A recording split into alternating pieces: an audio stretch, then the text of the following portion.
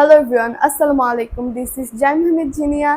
আজকে আমি তিনটি স্ট্রাকচার নিয়ে আলোচনা করব। এই তিনটি স্ট্রাকচার আপনারা আপনাদের দৈনন্দিন জীবনে ইংরেজিতে ব্যবহার করতে পারবেন। So number one structure is be plus adjective.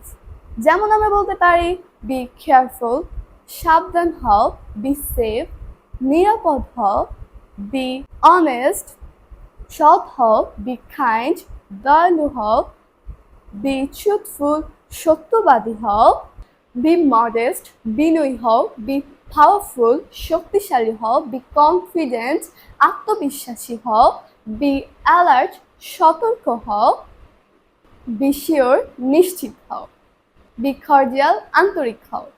Structure number 2, no need to plus verb 1।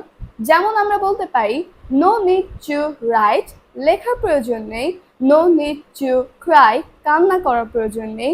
No need two লাভ, হাসার প্রয়োজন নেই। নো নিড টু কুক, রান্না করার প্রয়োজন নেই। নো নিড টু ওয়াক, হাঁটার প্রয়োজন নেই।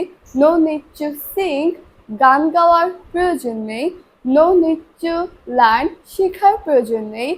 নো নিড টু ওয়ার্ক, কাজ করার প্রয়োজন নেই। নো নিড টু ওয়ান্ট, চাওয়ার প্রয়োজন নেই। Structure number 3, keep plus verb plus ING. যেমন আমরা বলতে পারি কিপ রাইটিং, লিখতে থাকো। কিপ হেল্পিং, সাহায্য করতে থাকো। কিপ কুকিং, রান্না করতে থাকো। কিপ রানিং মানে দৌড়াতে থাকো।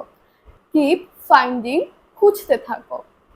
কিপ সিঙ্গিং, গান গাইতে থাকো।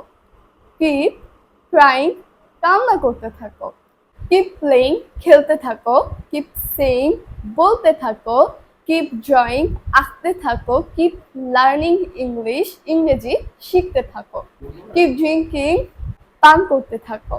ঠিক এমনিভাবে এই তিনটি স্ট্রাকচার দিয়ে আপনারা বিভিন্ন ধরনের ভার্ব অ্যাড করে শত শত সেন্টেন্স মেক করতে পারবেন। Thank you very much for watching the video. আল্লাহ হাফেজ।